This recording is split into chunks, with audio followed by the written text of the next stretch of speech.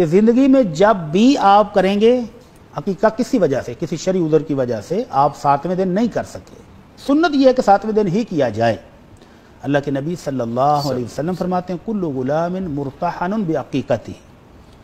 ہر بچہ اس وقت تک گروی پڑا ہوا ہے، گروی کا پتہ نا کہ جب تک پیسے آپ ادا کر کے اپنی چیز چھڑاتے نہیں وہ چھوٹے گی نہیں، تو یہ بچہ ابھی بیماریوں، وباؤں اور مختلف قسم کی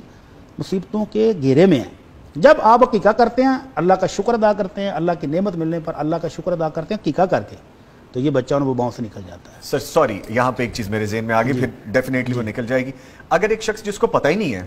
کہ میرا عقیقہ نہیں ہوا اور اس کے والدین کو بھی نہیں پتا تھا، کیا وہ شخص اپنا عقیقہ خود کر سکتا ہے؟ وہی میں ابھی بتا رہا تھا کہ زندگی میں جب بھی کریں گے، جب بھی کریں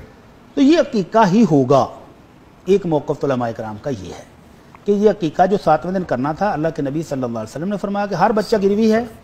یذبح عنہ یوم السابع، 7ویں دن اس کا عقیقہ کیا جائے، وَيُحْلَقْ رَأْسُهُ وَيُسَمَّى، سر کے بال بھی کاٹے جائیں، ٹینڈ کروائی جائے،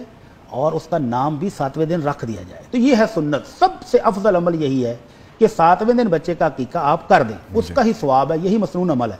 لیکن اگر کسی وجہ سے رہ گیا، مثلا بچہ بیمار تھا، والدین پریشان ہے، ابھی عقیقہ نہیں کر سکے،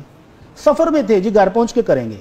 کوئی بھی اور ادھر ہو سکتا ہے، تو اب ایک روایت میں آتا ہے کہ 14ویں دن کر لیں، ایک روایت میں ہے کہ 21ویں دن کر لیں، لیکن وہ روایت ضعیف ہے۔ تو پھر علماء کرام نے ان احادیث کو سامنے رکھ کے نتیجہ کیا نکالا